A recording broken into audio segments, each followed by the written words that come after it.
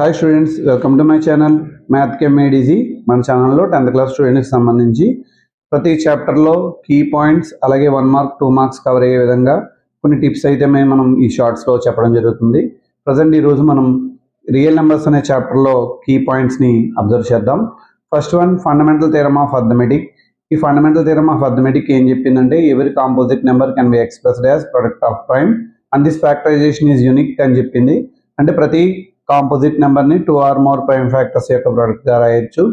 ఇక్కడ prime factors యొక్క order prime numbers యొక్క ఆర్డర్తో మనకు సంబంధం లేకుండా ప్రతి కాంపోజిట్ నెంబర్ని మనం ఫ్యాక్టరైజేషన్ కింద రాస్తే ప్రైమ్ ఫ్యాక్టర్స్లో ఫ్యాక్టరైజేషన్ కింద రాసేది యూనిక్గా ఉంటుందని చెప్పింది. అయితే ఇక్కడ HCF గురించి మాట్లాడితే హైయెస్ట్ కామన్ ఫ్యాక్టర్ అంటాము.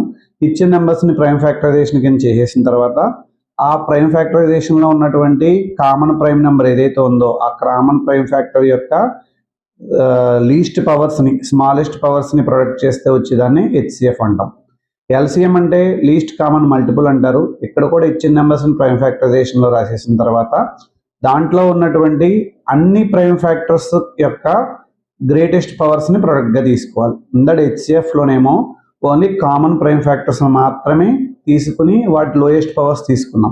LCMలో అయితే అన్ని ప్రైమ్ ఫ్యాక్టర్స్ని తీసుకుని వాటి యొక్క గ్రేటెస్ట్ పవర్స్ యొక్క ప్రోడక్ట్గా రాస్తాం అనమాట.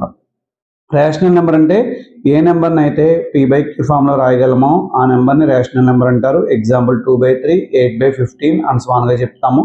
5 అనేది 6, 7 అవి కూడా రేషనల్ నెంబర్స్ అవుతాయి.